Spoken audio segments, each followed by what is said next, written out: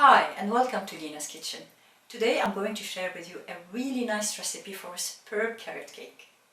To make our cake we will need carrots, of course, walnuts, eggs, vanilla extract, 4 spices, ground ginger, ground cloves, ground nutmeg, ground cinnamon, brown sugar, all-purpose flour, salt, apple vinegar, vegetable oil, a fresh lemon, baking soda and baking powder.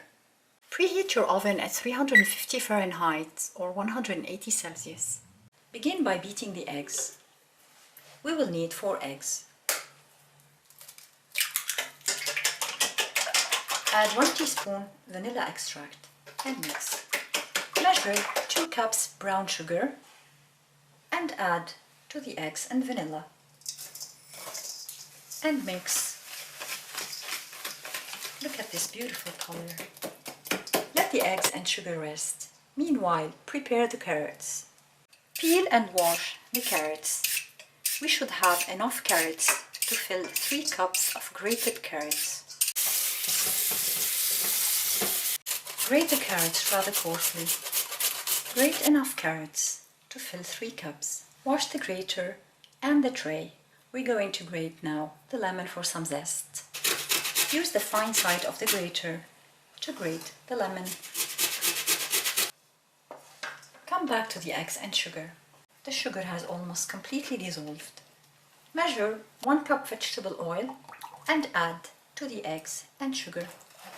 Mix thoroughly. Mix thoroughly for 1 consistent lump.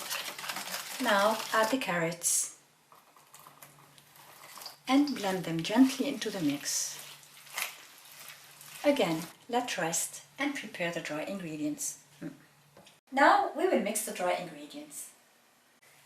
Measure 2 cups all-purpose flour.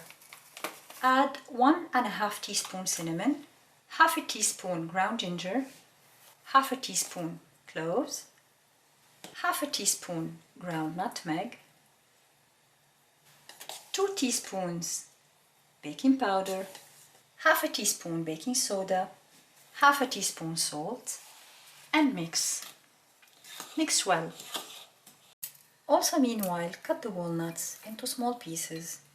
We should have the equivalent of 1 cup of cut walnuts. Prepare your mold. I'll use the bundt. Grease and coat your mold. To grease the mold, I prefer to use tahini. For my mold, 2 tablespoons would be enough. Always grease and coat your mold, even if it's a non-stick mold. Spread some flour into the mold and distribute it well. Time to mix the ingredients. Use a large strainer to distribute the dry ingredients. Add the dry ingredients gradually. Both hands should work in sync. I can smell the spices. Mix for a consistent batter. Then add the lemon zest, the cut walnuts, incorporate the walnuts